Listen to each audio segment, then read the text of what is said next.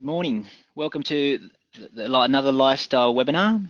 Today's webinar is on understanding lenders when applying for a home loan. My name's Harry Tong. I am an accredited mortgage broker for Lifestyle Financial Services. I joined the Lifestyle team earlier this year, but prior to that, I worked for St George Bank for 16 and a half years as a relationship manager in their business banking area. Today's webinar will be around 30 minutes, which consists of a 20-minute presentation with 10 minutes of question and answer time.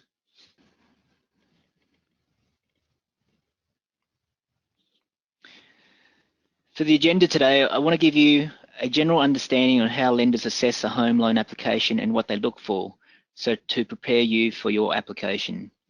Some policies of interest, give some tips before applying for a loan, so to improve your borrowing capacity, and at the end I can answer any general questions you might have. So when you apply for a home loan, there are three general criteria that the lender will look at. One, is the loan purpose acceptable to the lender? Two, can the applicant service the loan and repay the debt over the term requested? And three, is the security acceptable to the lender? Let's look at loan purpose. It must be legal and make sense, and is it in line with the applicant's objectives? For example, a loan to purchase a property or refinance to get a better rate makes sense. For cash out, that is, refinance a loan and get some extra cash out, lenders will generally not ask too many questions if the extra cash is less than $50,000. When it is more, they will want further explanation or evidence of where the funds are going. For example, if you're after an additional $100,000 to renovate the house, the lender will ask more about the renovations. So you might have to break down the $100,000 for them. Say $20,000 to renovate the bathroom, $30,000 to renovate the kitchen, etc. Or they may ask to see quotes. If it's a large amount of cash out, they will want evidence. For example, if you want $300,000 cash out to go towards the purchase of another property, they will want to see the contract of sale as evidence. From the lender's point of view, they want to make sure that the money is going towards what you say it's for and not towards anything illegal. Anti-money laundering legislation has made it very important for lenders to make sure of this, as the lender can incur huge fines and reputational damage if caught out. The purpose also determines the rate that will apply to the home loan. Up until a few years ago, the lenders had one rate for investment and owner-occupied loans, but rates for the investment loans are now higher than owner-occupied loans, so the purpose will determine the rate you get. When you apply for a loan, these are the information that the lenders will ask to see as a minimum. Your ID to verify who you are. This is usually your driver's license or passport. Some lenders want more than one ID. Even if you are a client of that lender, they will request ID, as they will need to show this to the land titles office when they register the mortgage. Lenders will ask for latest pay slips showing the pay year to date. Some may ask for two or the payment summary as well. For self-employed, they will usually ask for the last 2 years' tax returns and financials. You will usually complete an application form and sign a privacy form to allow the lender to do a credit check on you. The application form will also let the lender know what other loans or commitments you have. If you own properties, they will ask for a rates notice to confirm this. Lenders will want to see account and loan statements to prove your loan balances with other lenders and your account conduct. If purchasing, they will ask for the signed contract of sale to confirm the price. They will also ask for evidence that you have the funds to complete the purchase. That may mean an account statement to show you have the funds, or if your parents are gifting you some money to help, they will want a stat dec signed by the parents to say how much the gift is and that there is no requirement by them for you to pay them back.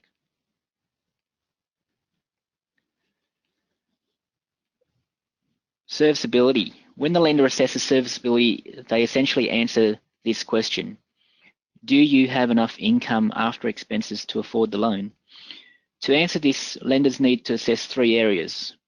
One, what is your total ongoing income, and will there be any significant changes in incomes in the future?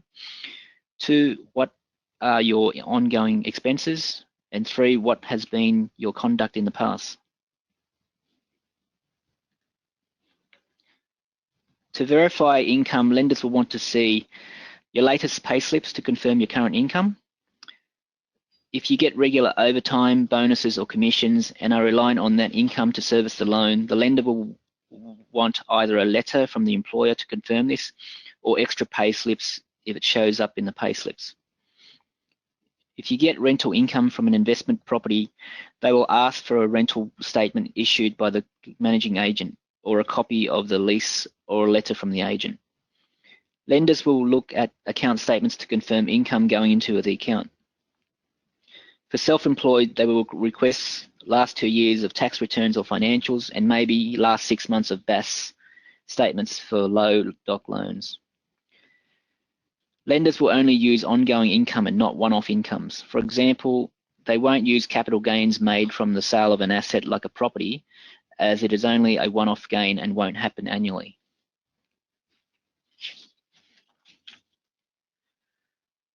To verify expenses, lenders will ask you to declare what your monthly living expenses are. There's a huge focus on this over the last few months. Lenders use their own assumptions of living expenses based on whether you are single, a couple, or have kids. They refer to this as Household Expenditure Measure, or HEM for short. What lenders do is ask you to declare your monthly living expense, and they break it down to a number of categories like groceries, transport, education, etc. Lenders will then use the higher of the HEM figure or what you have declared in their servicing calculations. For example, if you are a couple, the HEM for some lenders is about $2,600 per month.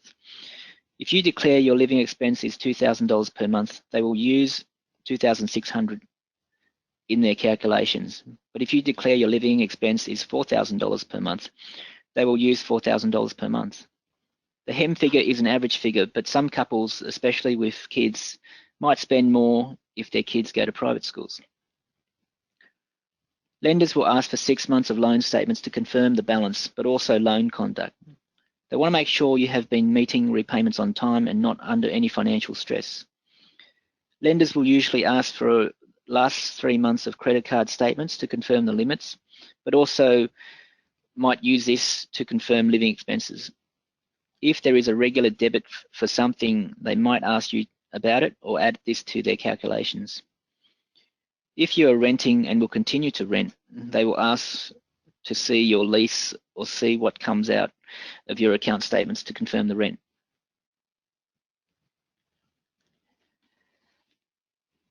Lenders will generally ask for loan and account statements to confirm your conduct. Whilst an applicant might demonstrate they can afford the loan, a bad loan or account conduct may indicate that there are other things that the applicant has not declared that may affect their capacity to repay the loan. Or it might suggest the applicant does not take meeting their financial commitments seriously. The lenders will conduct a credit check on all applicants. This not only confirms their credit history, but also lets future lenders know what they have applied for. For assessing serviceability, the lenders will use the following: 100% of the base salary or wages, 80% of regular overtime, bonuses or commissions, and 60 to 80% of rental income depending on the lender. For expense calculations, lenders will, on new and existing home loans, apply a 7.25 to 8% rate on the current loan rate. Will apply a 7.25 to 8% rate on the existing debt, or apply the current rate on the loan plus a margin of 2.25%, whichever is higher, over the remaining term of the loan. Lenders will assess on a higher rate to make sure that you have the capacity to continue to meet the repayments if rates go up in the future. That's why you sometimes think you can afford to make the repayments, but can't work out why the lender thinks there is an issue. Lenders will also deduct the declared living expenses, or the banks assume household expenditure measure, whichever is higher, and they will deduct any continuing repayment commitments. The net result needs to show a surplus for the loan to pass the serviceability criteria. For security, generally home loans are secured by residential property. banks will lend up to 80% against residential properties and more with lenders' mortgage insurance. Rural residential properties are generally acceptable up to a certain size, but some lenders might lend less than 80% against them. For units, banks will generally lend up to 4 in one block on a home loan. Otherwise, it will be considered on a commercial loan basis.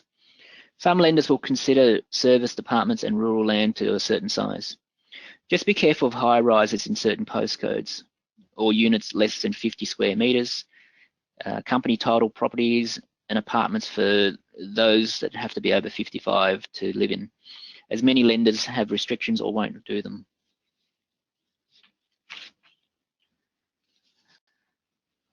So some policies of interest, just to give you an idea of some of the other things that lenders look at. Loans are generally assessed over the term of the loan sought or until retirement age, which is currently 67 years old. So if you're 50 years old and looking for a loan to buy, lenders will assess it over a shorter term, so around 17 years rather than 30 years, and this will affect how much you can borrow, as the repayments would be higher over a shorter term. Lenders do this to make sure that you can repay the loan over your working life. You can get around this if you can show the lender that there is an exit strategy. For example, if you buy an investment property, then they would be happy to assess it over 30 years, as you will likely sell the property to clear the debt. They won't accept this reason if the property is for you to live in, as you sell it. As if you sell it, you will still need to find somewhere else to live. If you take out a loan on interest-only period, if you take out a loan with an interest-only period, the lender will assess the loan over the principal and interest period. For example, if you take out a 30-year loan with a 5 years interest-only period, the lender will assess the loan over 25 years rather than 30, and the shorter term will have an impact on how much you can borrow. For credit cards, lenders will assess the cards at their limits and not the balance, even if you pay it off every month, and they will assess this at 36% per annum on the limit. These days, many people have more than one card, and many with more than $5,000 or $10,000 on each, so it can add up.